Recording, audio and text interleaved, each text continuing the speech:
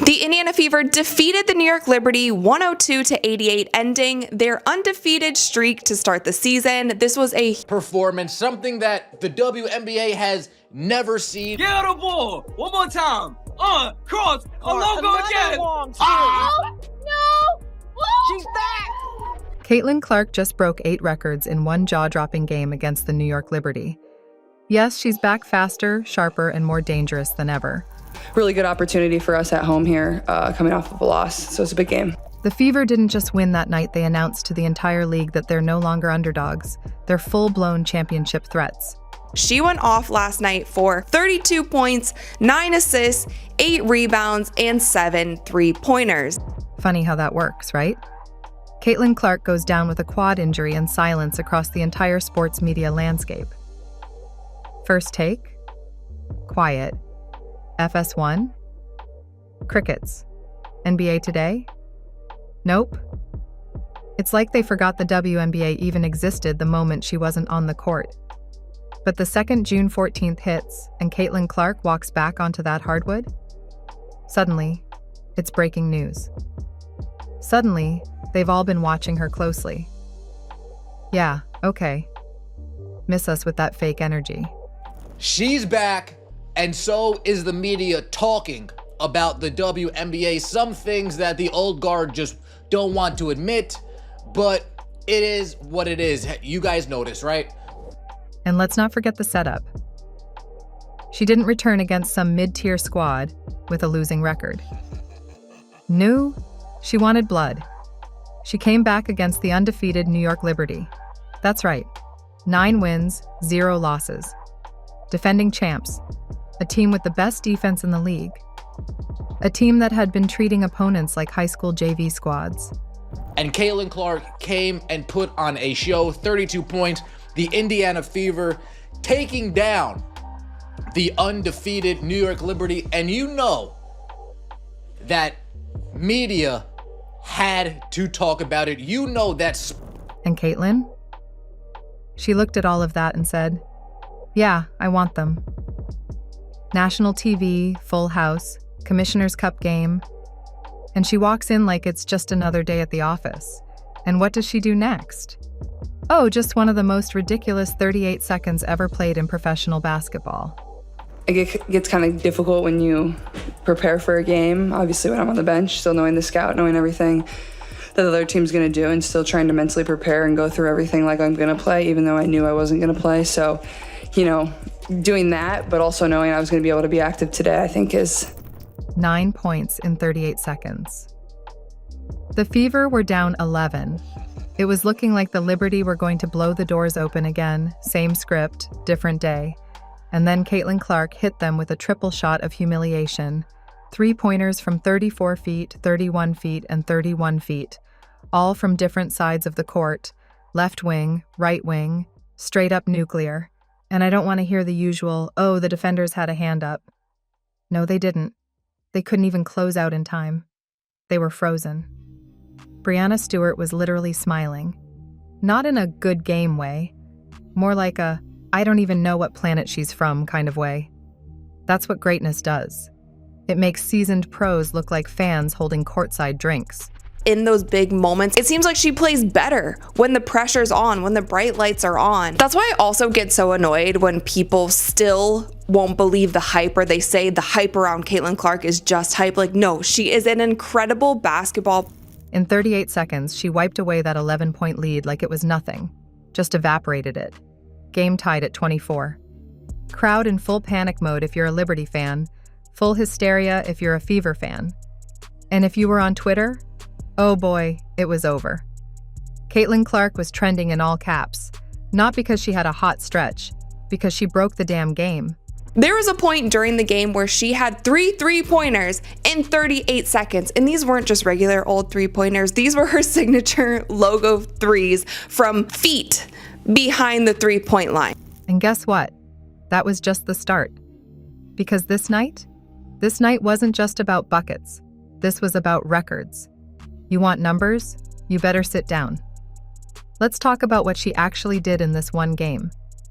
32 points, 9 assists, 8 rebounds, 7 three-pointers. That's not a stat line. That's a math problem.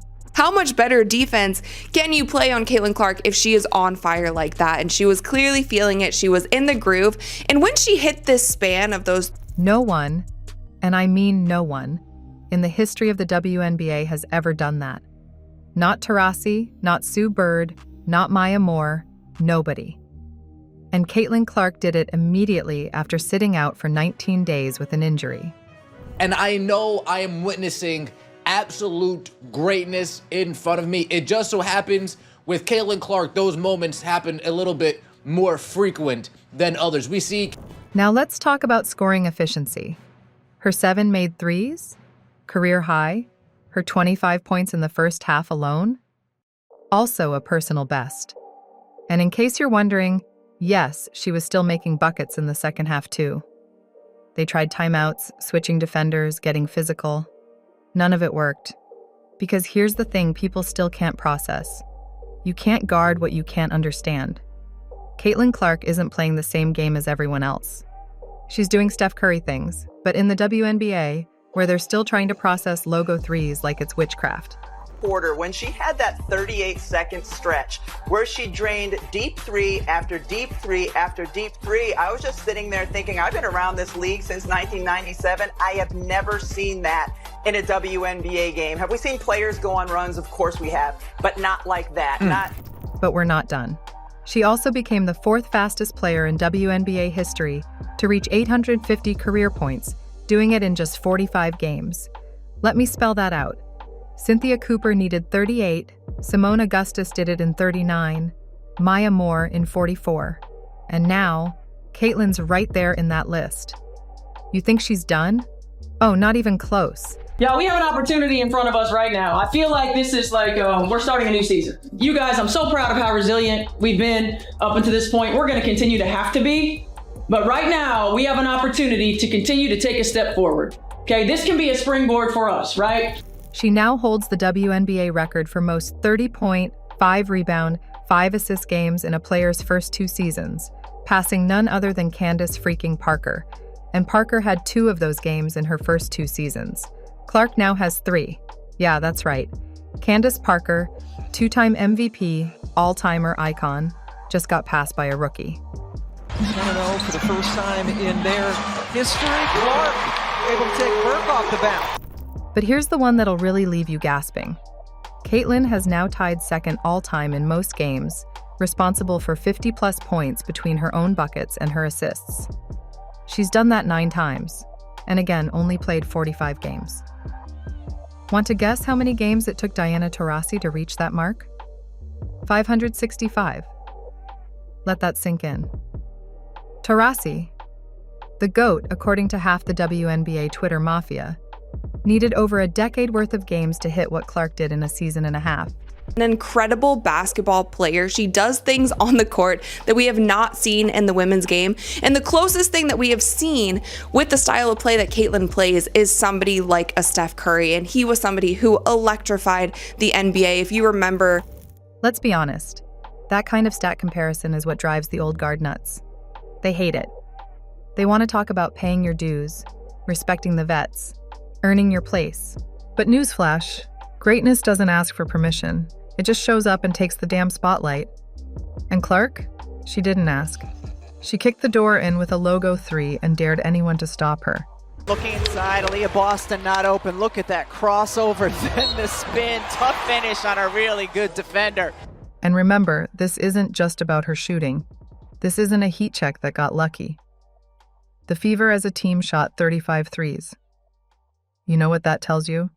They've embraced the chaos. They've said, we have a generational shooter. Why wouldn't we maximize that? And it's working. Since Clark's return, the entire offense has opened up. She's not just putting up numbers. She's breaking defenses, drawing doubles, warping the floor. Every pass she throws is a threat. Every step past half court is a problem.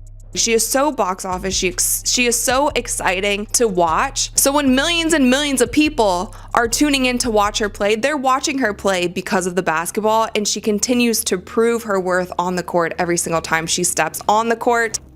So let me ask you again. Where were all these media voices when she was gone? Where were the debates, the breakdowns, the segments?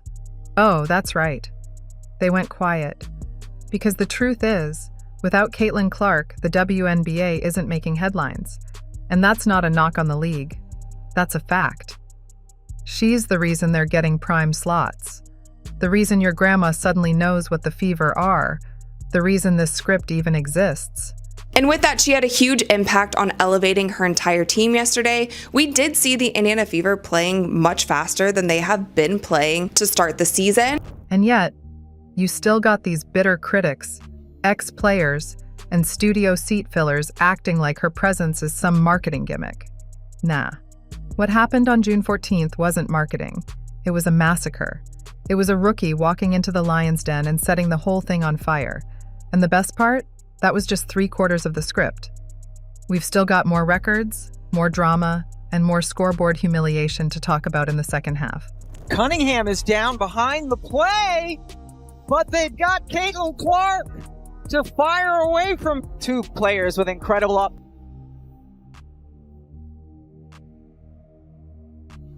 So let's talk about the team that was supposed to be untouchable. The New York Liberty walked into this matchup like royalty. Undefeated at 9-0, blowing out teams with ease, and being hyped like they were invincible. The media practically treated them like the 2017 Warriors.